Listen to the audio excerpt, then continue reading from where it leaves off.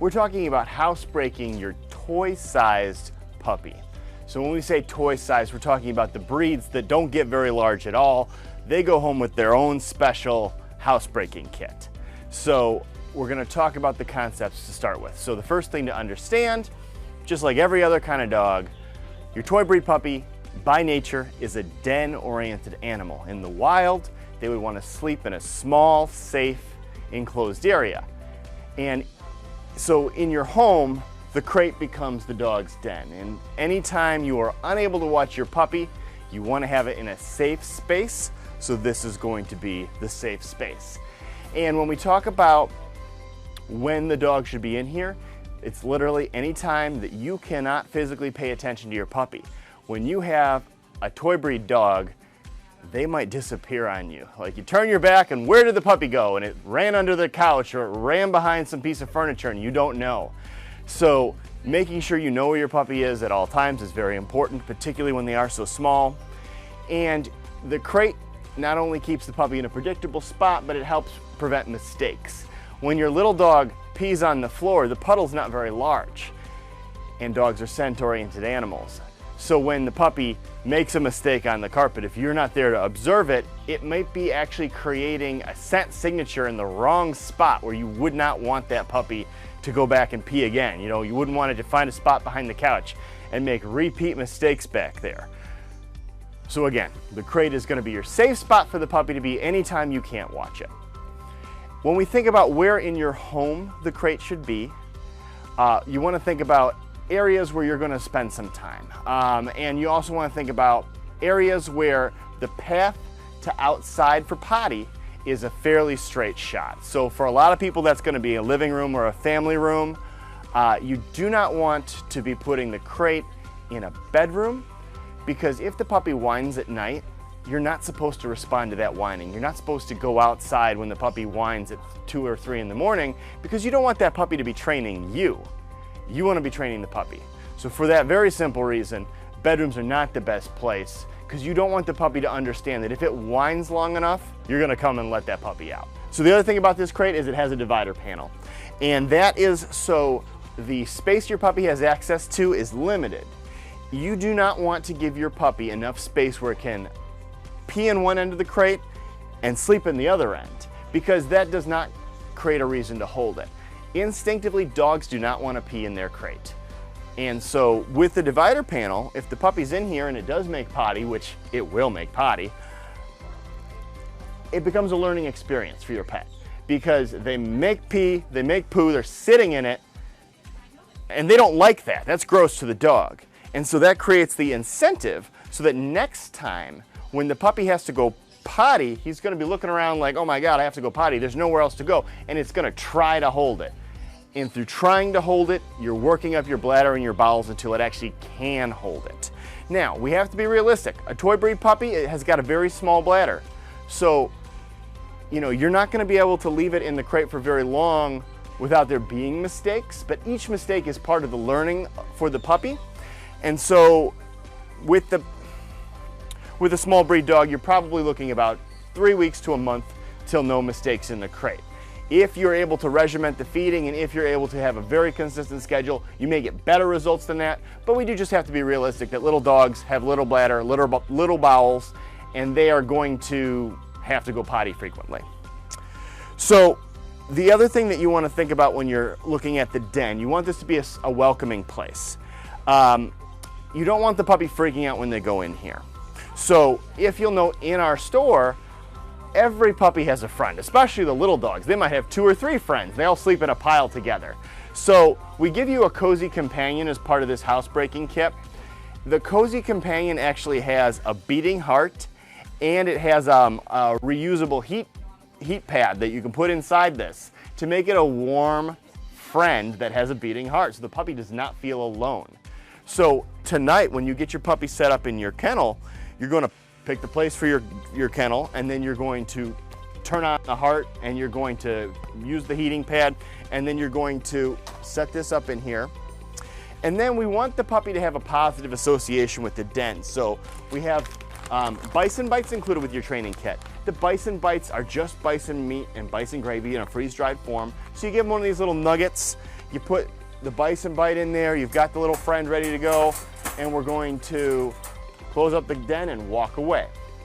Now we have an optional add-on. If this is going to be a den that's going to be in a main room and you don't want to go to bed when the puppy goes to bed, you want to be up for a little while, sometimes it's tough that the puppy can see you and it's like, hey, let me out of this crate. So we have a den cover.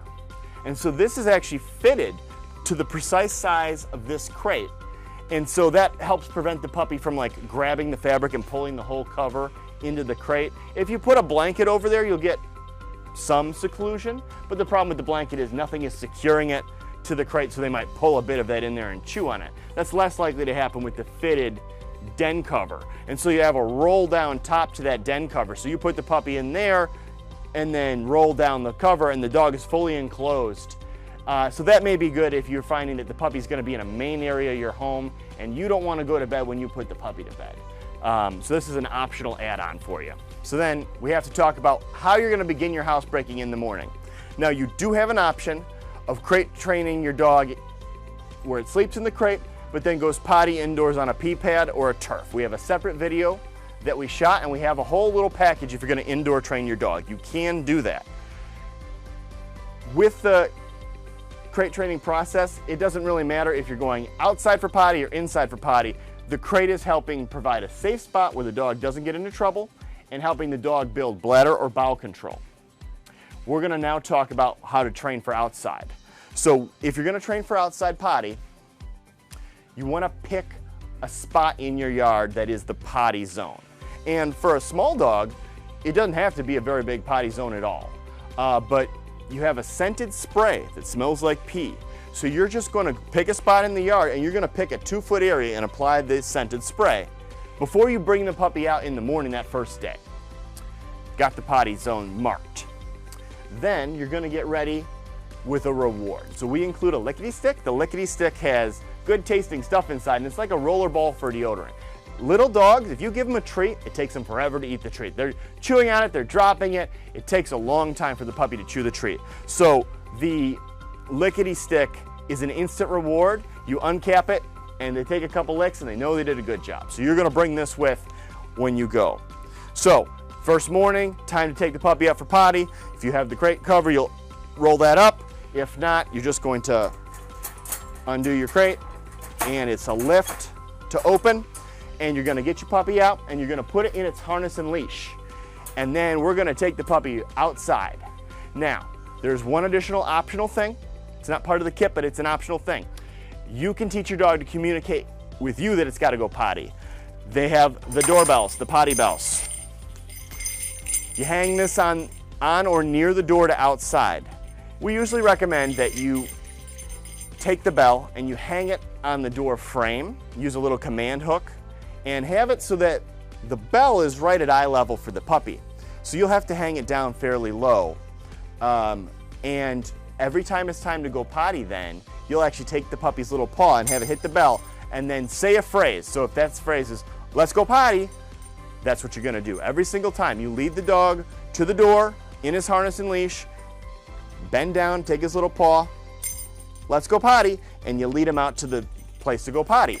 If you do that every day, for 10 days straight, every single time everyone who's taking the puppy out hits the bell, then on day 10, when you go to the door, you're not going to hit the bell on day 10. You're going to stand in front of the door and you're going to wait for your puppy to have a reaction. And some puppies will just kind of like start to whine and look up at you because what you're doing now is off routine. What you really want the puppy to do is hit the bell or scratch on the door, and in which case, yay, okay, let's go out for potty. If the dog doesn't figure it out after about 30 seconds, we're just gonna help him out, use his little paw, hit the bell, give it 5 more days of that routine, and then try again with the paws and see if the puppy reacts. So the great thing about this is it communicates, the bell is giving you a way to communicate, this means go out for potty. This doesn't mean anything else. If you're relying on your dog to whine or bark or paw at your leg to tell you that it wants to go outside for potty, just understand that those behaviors could mean a variety of things. The bell just means let's go outside for potty. So it's an optional add-on and we recommend this significantly. Once you head outside, you bring your dog physically to the potty zone that you've marked with the housebreaking spray. You put them outside and you tell them, okay, go potty.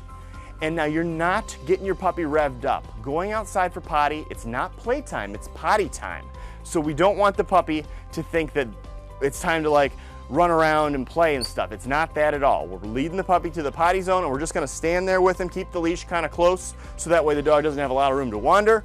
Okay, go potty. And if he doesn't do it right away, you're just gonna stand there and wait for him to sniff the ground. When they start to sniff the ground, that's your indicator something's gonna happen. And then once they go potty, after they're done, don't freak out right when they do it because little dog will get scared. So the dog goes potty, good boy, good potty, and we give them the lickety stick. And just a couple licks is fine. Once they've gone potty, we can go back inside. You're gonna offer breakfast, and then you're gonna repeat the whole outside process about 5 to 10 minutes after offering breakfast. Puppies, especially little puppies, they'll have to go potty fairly soon right after they eat. You know it's coming, so be ready every single time. So there is an opportunity to put pee pads down near the door to outside. This is, as I said earlier, you could just train your dog to go potty on these, but if you're outdoor training, putting a pad near the outdoor door helps because if that way the puppy knows like, oh, this is the direction of where I'm supposed to go. If they haven't learned to indicate to you, that's certainly better than nothing. So these are 24 by 24 inch pads and they just are right by the door to outside.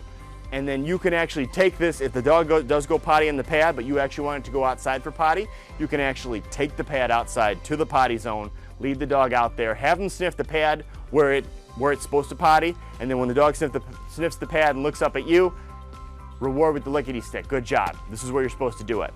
If your puppy makes a mistake on the floor, you need to clean it up in a way that the dog will not know that they've made a mistake there previously. So we give you an enzyme-based cleaner.